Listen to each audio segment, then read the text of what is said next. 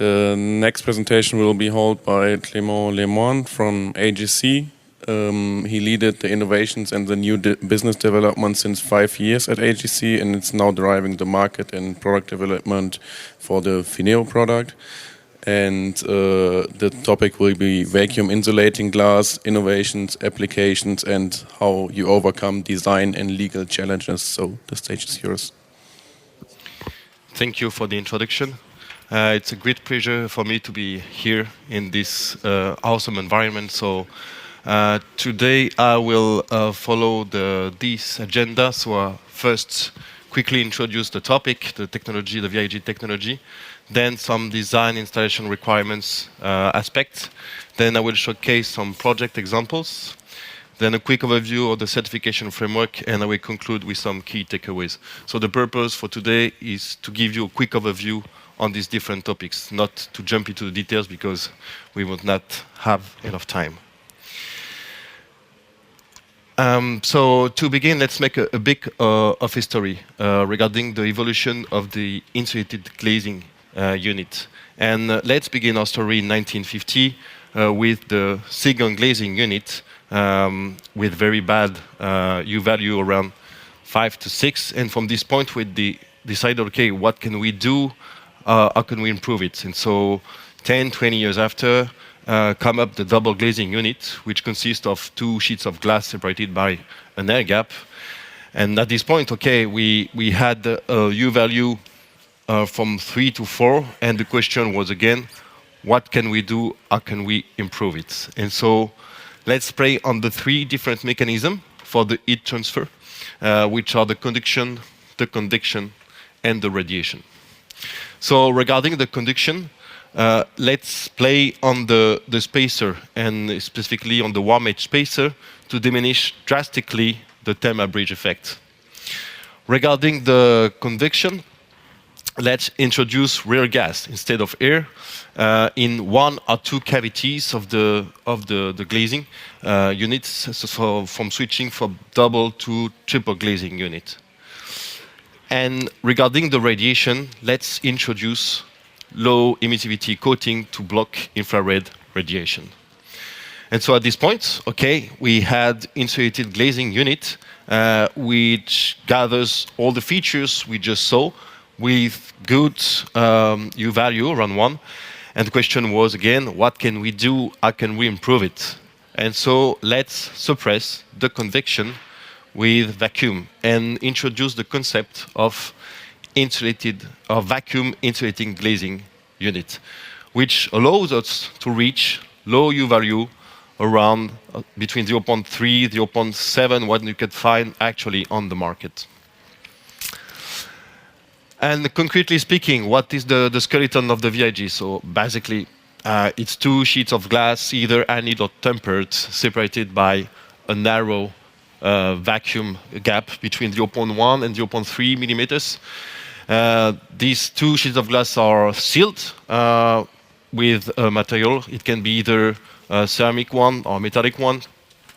To avoid the two sheets of glass to collapse on each other, because due to the atmospheric pressure, we will introduce pillars between the 2 glasses on a gird, which can have between 12 millimeters to 50 millimeters pitch.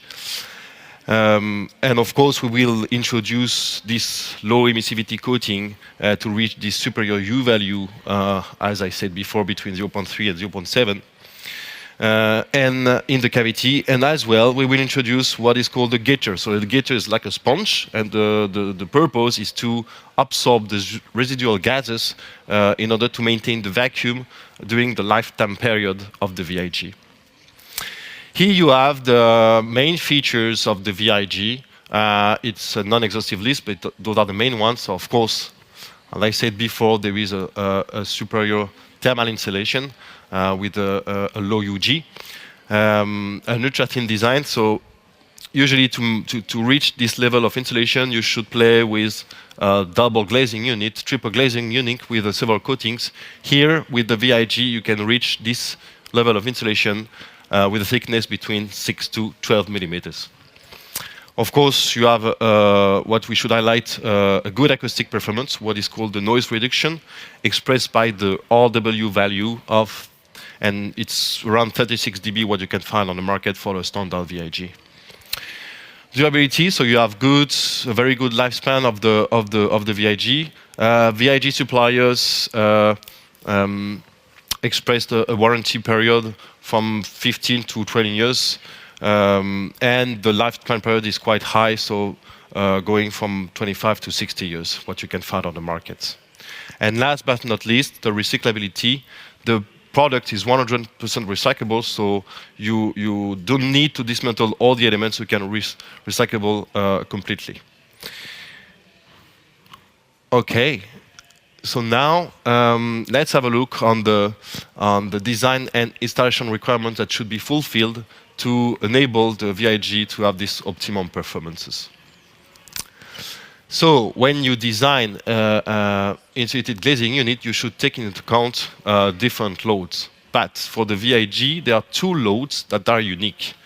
The first one is the pillar ones, and the second one is the thermal one. So the pillar loads, it's actually the counter reaction to the atmospheric pressure, as I said before.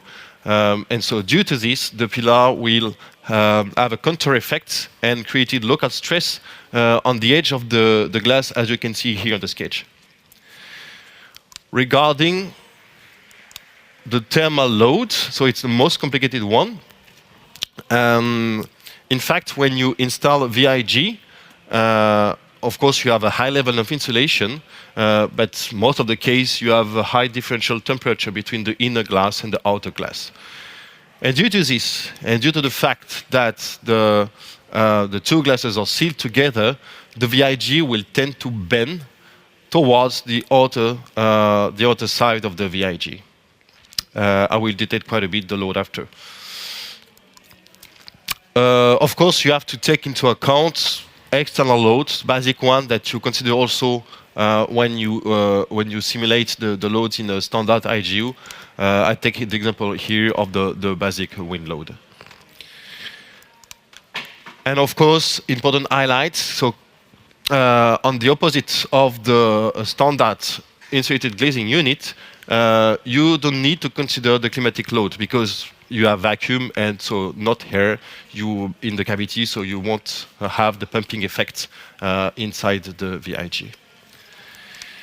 So basic, the thermal load, as I said before, is the most critical one to consider, and you should respect strict installation guidelines to enable the VIG to have not to break, let's say. Why? So we took a numerical simulation here for a freestanding VIG for the thermal load, and theoretically, so the VIG will bend, and you have a specific load in the middle. But most of the time, the VIG is installed, it's fixed in the frame, and so if you look at the stress, they are not in the middle, but located on the edge of the VIG. That's why you need to absorb this stress, and to avoid glass breakage, you need to introduce what we call flexible PUT, flexible gaskets, with a criteria what I call soft and thick enough. And the soft and thick enough criteria of these elements should be defined by the VIG supplier to avoid the breakage between the VIG and its frame. So you have some examples here of installation taking into account this soft and thick enough criteria with PUT, with joint sealing foam, with flashing PUT. You can have many others, but I will detail quite a bit the soft and thick enough with a concrete example after.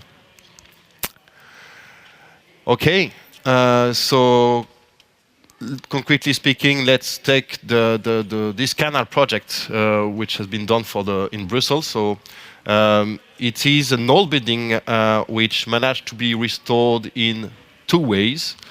The first way was modern facade, with a new frame, and the second way was an existing facade, so reglazing of an existing facade.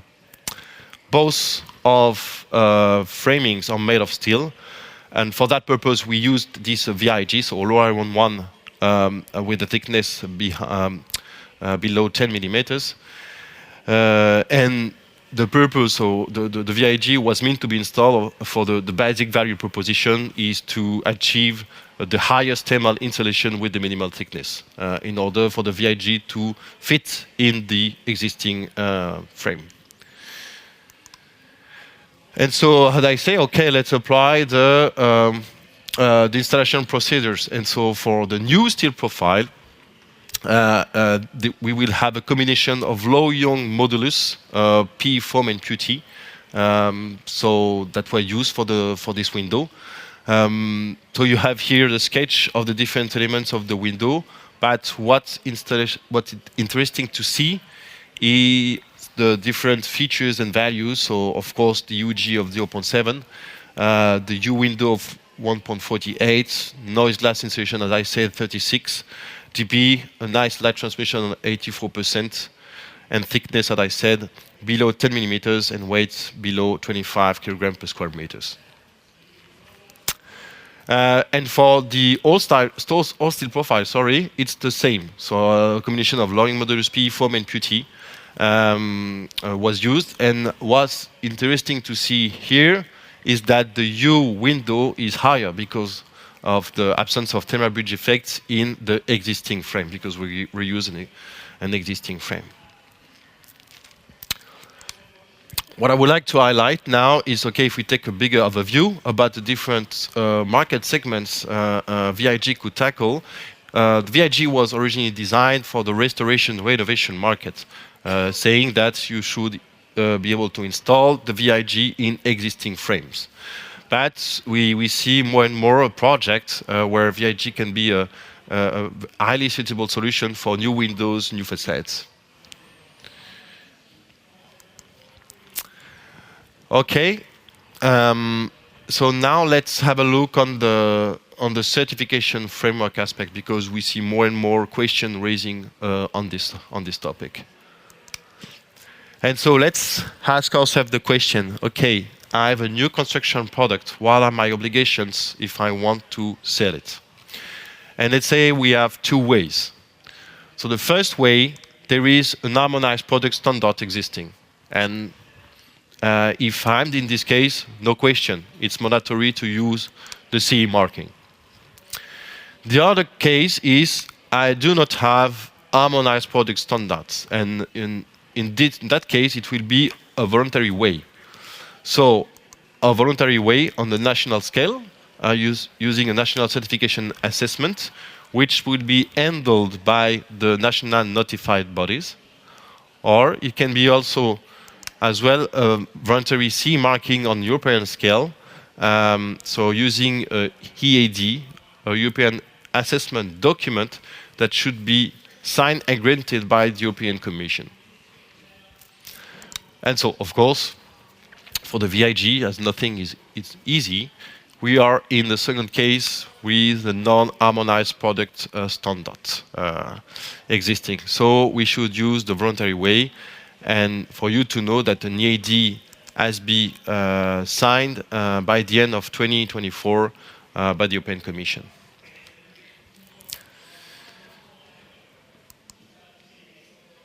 Okay, that's already the end. So I would like to conclude with some key takeaways I would like you to bring back home with you.